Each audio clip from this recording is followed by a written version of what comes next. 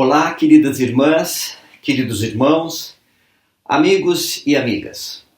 Hoje nós vamos concluir o nosso estudo de Doutrina e Convênios 93 e estaremos estudando dos versículos 37 até os 53.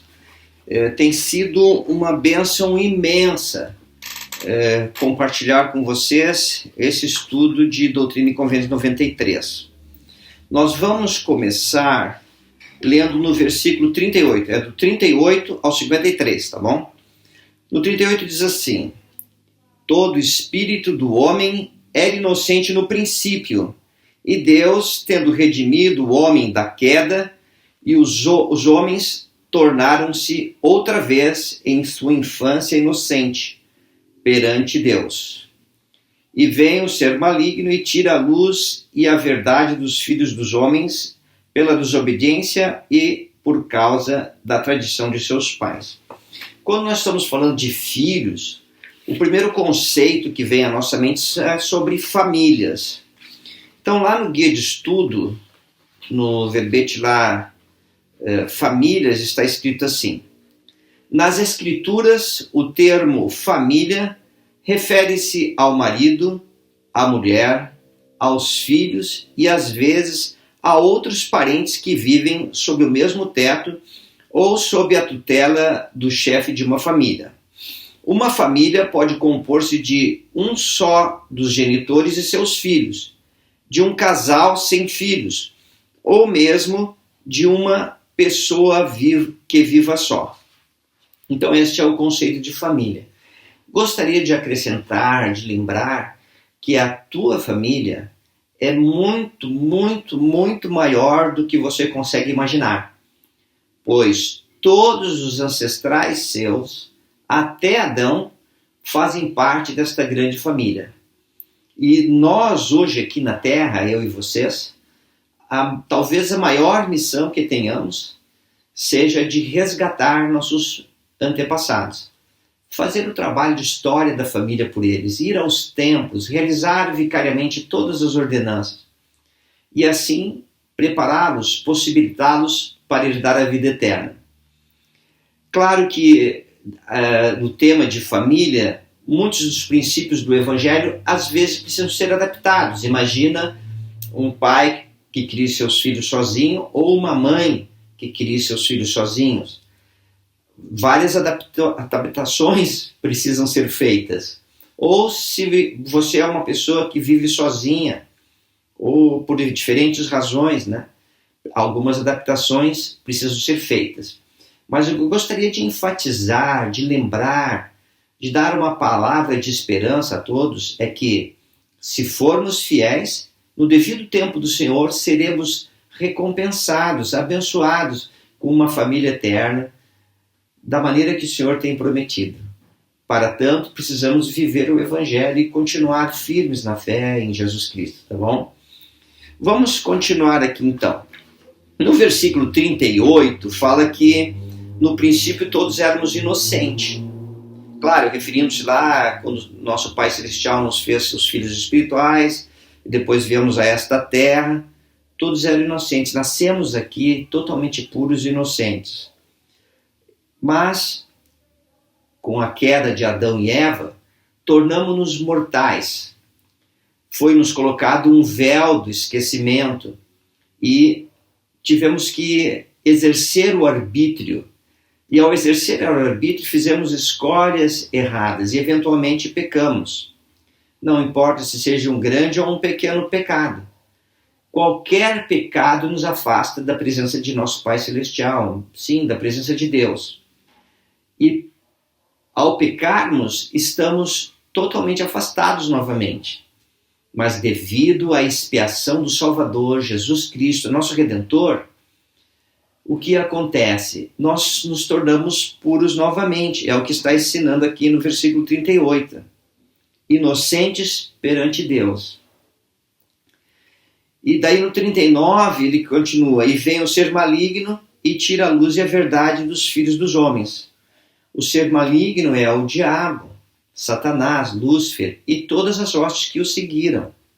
E como é que ele faz isso? Como é que ele tira luz e verdade de cada pessoa aqui na Terra? Pela desobediência e por causa das tradições de seus pais. Quando nós deixamos de viver os mandamentos, de guardar os mandamentos de nosso Pai Celestial, perdemos luz, perdemos verdade. Mas assim que nos arrependemos, a expiação tem efeito sobre nós e então começamos a receber mais luz. Então, um dos motivos para perdermos luz é a desobediência aos mandamentos. O outro motivo são as tradições de seus pais. Talvez você, agora com sua família, vive muitas tradições herdadas de pais, avós, bisavós, que estão incorporadas na sua família. Mas pode ser que algumas destas tradições não estejam em harmonia com o Evangelho do Salvador. E se não está em harmonia, devem ser eliminadas, porque estas falsas tradições podem nos afastar de Deus. Toda boa tradição familiar é uma bênção. Por exemplo, imagina a família que tem a tradição de estudar as Escrituras juntas, ou de orar juntos em família, de, quando estão cozinhando, participarem juntos na preparação, na limpeza. Que tradição boa é esta para a edificação do lar? São diferentes tradições. Por exemplo, a reunião familiar pode ser uma tradição maravilhosa que fará com que os filhos recordem-se sempre da família. Por exemplo, talvez as irmãs tenham o dom, de fazer pães. Por exemplo, eu tenho um dos filhos que amam fazer pães. Eles gostam de fazer pães. E o que acontece? Os filhos, os meus netinhos, vão ter lembranças do lar, assim como os meus filhos têm lembrança de nosso lar por algumas tradições. A Sônia sempre fazia pães caseiros e várias outras comidas assim que vieram da família, e isso traz recordações. A reunião familiar é um momento alegre de estudo das Escrituras, de edificação, comer um lanchinho, rir, brincar. Não é um momento de ser severo, um momento de rispidez, nada disso. Eu lembro que quando os meus filhos eram ainda crianças, e às vezes, durante a reunião familiar, eu falava assim, olha, precisamos resolver tal problema que está acontecendo. Daí os filhos já falavam, para pai, isso não é conselho, é reunião familiar. Que grande coisa é uma boa reunião familiar. Claro que você pode reunir a família para fazer um conselho de família para algum projeto, consertar algumas coisas da casa, algumas situações. Isso pode ser feito fora da reunião familiar. E a reunião familiar fica sempre sendo aquele momento prazeroso. Uma vez, tem muitas tradições familiares. Uma vez eu perguntei à minha filha casada, o que ela mais sentia falta da nossa casa. E eu fiquei imaginando um monte de coisas. E sabe o que foi que ela me falou? Ah, pai, eu tenho tanta saudade daquelas conversas que nós tínhamos ao pé da cama. Então eu me sentava ao pé da cama dela, Ela se deitava, sentava mais próximo dos pés, por isso ao pé da cama. E ficávamos conversando. E isso é a coisa que ela mais tinha saudade. Olha que coisa maravilhosa, Enche o peito de alegria, Amo minha filha, todas as minhas filhas, Agora eu tenho filhas, são jovens que se casaram com meus filhos, seladas no tempo, e se tornaram-se minhas filhas. As netas são minhas filhas também, todo mundo. Estou muito feliz. Mas vamos voltar aqui. Criar boas tradições para ajudar a manter luz e verdade sobre nossos filhos. Claro que nós, como avós, podemos ser uma influência poderosa sobre nossa família. Muitas vezes, você não precisa nem pregar, mas viver o Evangelho. Ver você vindo da igreja, ver você indo no templo, ver como você é dedicado, dedicada, como você se devota, uma pessoa devota mesmo, uma discípula ou um discípulo do Salvador. E como avós nós temos esse poder de sempre levar paz às nossas famílias, não é? Vamos continuar aqui. Essa sessão, essa parte aqui do 38 em diante é tão interessante porque o Senhor faz uma advertência aos 3 membros da primeira presidência e ao bispo-presidente da época. E fala assim no 40: eu, porém, ordenei que criasseis vossos filhos em luz e verdade. Daí fala no 41 para Frederick G. William, que era conselheiro agora na primeira presidência.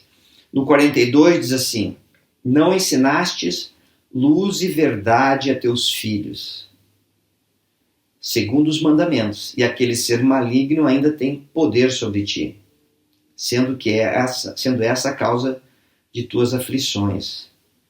E agora dou-te um mandamento: se quiseres ser libertado, terás que pôr em ordem tua própria casa, porque há muitas coisas que não estão certas em tua casa.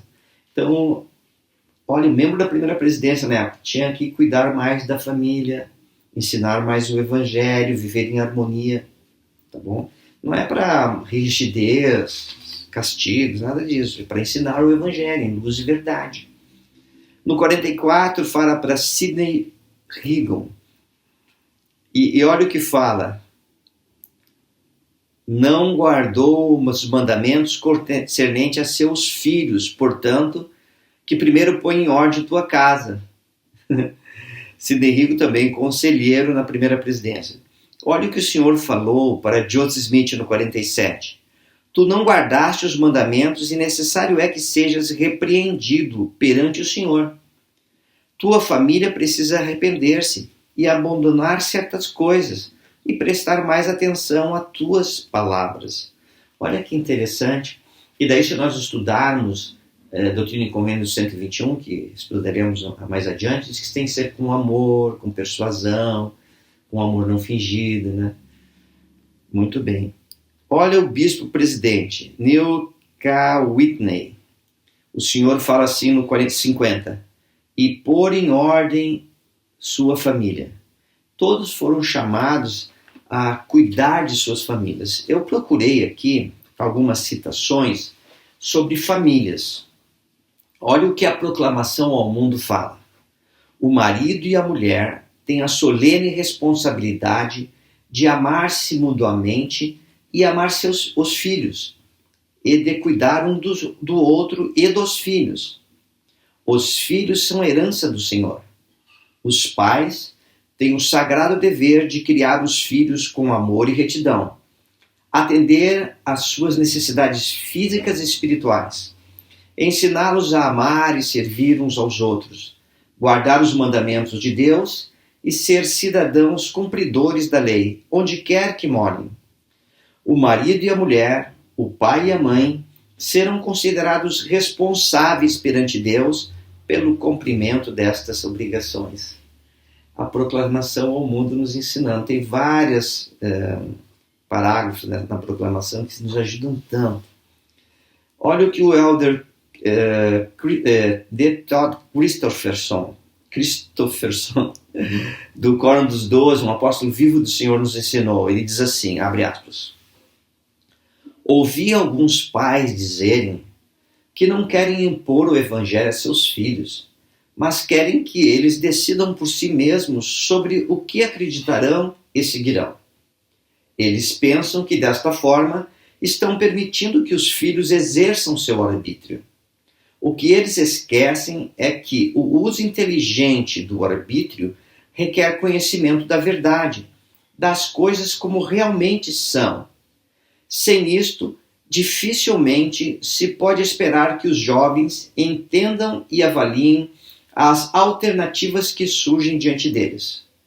Os pais devem considerar como o adversário aborda seus filhos. Ele e seus seguidores não estão promovendo objetividade, mas são vigorosos, defensores multimídia do pecado e do egoísmo. A tentativa de manter a neutralidade em relação ao Evangelho é, na realidade, uma rejeição à existência de Deus e de sua autoridade. Devemos, sim, reconhecer a Ele e sua onisciência se quisermos que nossos filhos enxerguem com clareza as opções na vida e sejam capazes de pensar por si mesmos. Eles não precisam aprender por experiências dolorosas que a iniquidade nunca foi felicidade. Que coisa extraordinária, queridas irmãs, queridos irmãos. A nossa responsabilidade de ensinar luz e verdade aos filhos. E devemos fazê-lo quando eles ainda estão em nossa casa. Um dia eles crescerão e tomarão suas decisões. Passa muito, muito rápido. O meu bebê, o nosso caçulinha, já está com 30 anos e já tem uma filhinha. E eles estão esperando agora mais um menininho que vem em outubro. Estamos tão felizes de falar nisso. Mas passou tão rápido. É como se você, um dia vai acontecer, se não aconteceu com você ainda, que você vai fechar os olhos e vai abrir assim, o que aconteceu? Passaram-se muitos anos. É uma experiência que tem que ser vivida, não adianta compartilhar. Mas o que eu quero compartilhar é o que eu estou fazendo para ensinar luz e verdade a meus filhos. Eu estou exercendo, realmente um esforço com este objetivo. Eu estou interessado neste assunto. Tenho criado boas tradições para ensinar-lhes luz e verdade. Tenho convivido e passado momentos alegres e felizes com minha família. E nós poderíamos fazer muitas perguntas sobre isso. Mas talvez agora, principalmente você que tem os filhos pequenos em casa, possa parar um pouco e possa pensar assim: o que eu posso fazer para deixar uma marca no coração de meus filhos da vivência do Evangelho? Como eu posso ajudar os meus filhos a se converterem e se tornarem discípulos do Salvador? Algo para pensar. Eu sempre costumo falar, principalmente aos casais jovens, com filhos pequenos, digo para eles assim: olha, passa muito rápido. Brinque bastante com seus filhos. Faça arte. No sul a gente fala arte, quando faz uma traquinagem, assim, uma brincadeira. Mas faça arte. Brinque com seus filhos. Deem muitas risadas. Crie lembranças neles. Passeios, coisas, para deixar uma lembrança. E depois de envelhecerem, você tendo ensinado o Evangelho e vivido com eles, eles sempre se lembrarão.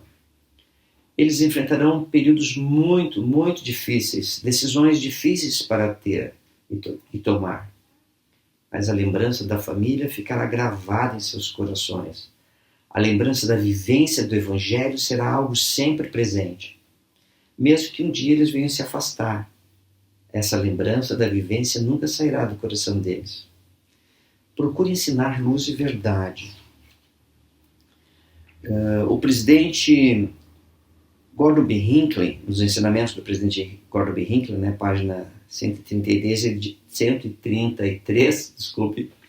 diz assim, abre aspas: caso se queira reformar uma nação, tem-se de começar pelas famílias, com pais que ensinem a seus filhos princípios e valores positivos, que os levem a empreendimentos que vale a pena. Fim da citação. Nós temos tantos ensinamentos dos profetas, O presidente Hinckley também disse, abre aspas: acredito na família onde haja um marido que considere e trate sua esposa como o maior bem que possui, onde haja uma esposa que veja em seu marido uma âncora e força, sua segurança e conforto, onde existam filhos que olhem para os pais com respeito e gratidão, onde existam pais que vejam seus filhos como bênçãos e considerem sério e maravilhoso o desafio de educá-los e nutri-los. O cultivo de tal lar exige esforço e energia, perdão e paciência, amor, tolerância e sacrifício, mas vale tudo isso e muito mais. Fim da citação. Como é maravilhoso você se dedicar à sua família, se dedicar a seus filhos, a sua esposa. Mas lembra, queridas irmãs, o esposo ainda está em primeiro lugar na sua vida. Caros irmãos, queridos irmãos, lembre, a esposa está em primeiro lugar, a esposa querida e amada está em primeiro lugar na tua vida. Mas nós temos que fazer da nossa família algo de grande valor, algo que tem preponderância sobre todos os outros assuntos. E possamos exercitar a paciência, a calma, a perseverança, continuar ensinando, continuar acreditando que nós teremos uma família eterna, continuar acreditando que os filhos, mesmo que tenham problemas, podem se recuperar, podem superar. Isso faz parte, meus amigos. Tem uma citação aqui, também do presidente Hinckley, que diz assim, abre aspas, um grande homem disse que um pai não pode fazer nada melhor para os seus filhos do que deixá-los ver que ele ama a mãe deles. Irmãos, tratem sua esposa com amor, respeito e gentileza. Esposas, tratem seu marido com amor, respeito e gentileza. Ame seus filhos e eduque-os nas admoestações do Senhor com amor, estima e respeito. Eles eram filhos de Deus antes que fossem seus. Você não precisa espancá-los. Deixe o amor expandir e vocês serão um povo abençoado. Fim da citação. Eu amo as palavras dos profetas, amo viver o que eles ensinam. É tão gostoso, é tão maravilhoso, traz tanto conforto e segurança para a nossa vida. Irmãs, irmãos, os profetas de Deus, eles são, e apóstolos, são as verdadeiras testemunhas do Salvador em nossos dias. Sem eles, nós entraríamos rapidamente em apostasia. Mas eles estão lá como sentinelas, como testemunhas especiais, sempre indicando o caminho que devemos seguir. O presidente Hinckley também diz, abre aspas, aos que vivem num lar conturbado, gostaria de sugerir que permitissem que o amor se torne a estrela guia da vida em família. Há gritos demais, recriminações demais e muitas lágrimas no lar de nosso povo. O único remédio é o amor. Ele é o próprio alicerce do casamento. Pode ser alimentado e fortalecido, ou delimitar-se e fenecer. A solução está dentro de nós mesmos. Maridos, dominem o mau humor. Esposas, refreiem a língua. Revivam o maravilhoso sentimento que os conduziu ao altar matrimonial. Fim da citação. Lembro-me de 1978, era setembro, um sábado de manhã, 22 de setembro. Eu, minha noiva, o presidente Saraiva, o Elder Marcos de Oliveira, o Elder Ramos, que tinha ensinado a minha esposa, também estavam lá. Eles já tinham terminado a missão faz tempo. Estavam lá também a irmã Camila, se não me falha a memória, ela mora em Maringá atualmente. Esposa, né? Foi esposa de um amigo nosso, bem querido também. Tem filhos maravilhosos. Então, mas na época nós éramos todos solteiros, estávamos lá, um grupinho, poucas pessoas. Então, nós fomos naquela manhã, pela primeira vez, eu e minha esposa tivemos a oportunidade de entrar no templo. Éramos noivos, tínhamos recém realizado o casamento civil. E então fizemos nossos convênios com Deus no templo, passamos pela investidura.